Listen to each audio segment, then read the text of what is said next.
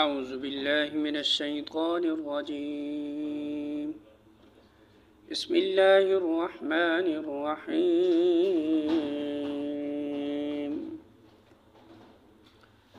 ضربت علیہم الذلة أينما ثقفوا إلا بحبل من اللہ وحبل من الناس وباءوا بغضب من اللہ وضربت علیہم المسکنہ ذلك بأنهم كانوا يكفرون بآيات الله ويقتلون الأنبياء بغير حق ذلك بما عصوا وكانوا يعتدون۔ سورہ آل عمران آیت نمبر 112۔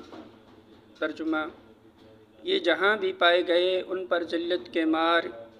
ہی پڑی، کہیں اللہ کے ذمے یا انسانوں کے ذمہ میں پناہ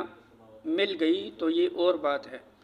یہ اللہ کے غضب میں گھر چکے ہیں، ان پر محتاجی و مغلوبی مسلط کر دی گئی ہے، اور یہ سب کچھ صرف اسی وجہ سے ہوا کہ یہ اللہ کی آیات سے کفر کرتے رہے اور انہوں نے پیغمبروں کو ناحق قتل کیا۔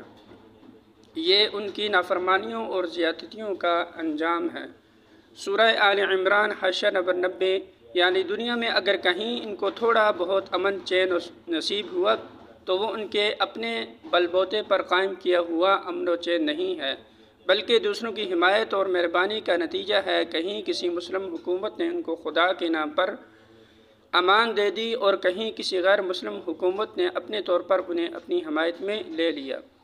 اسی طرح بسا اوقات انہیں دنیا میں کہیں زور پکڑنے کا موقع بھی مل گیا ہے، لیکن وہ بھی اپنے زور و بازو سے نہیں بلکہ محض بپائے مرضی ہمسایہ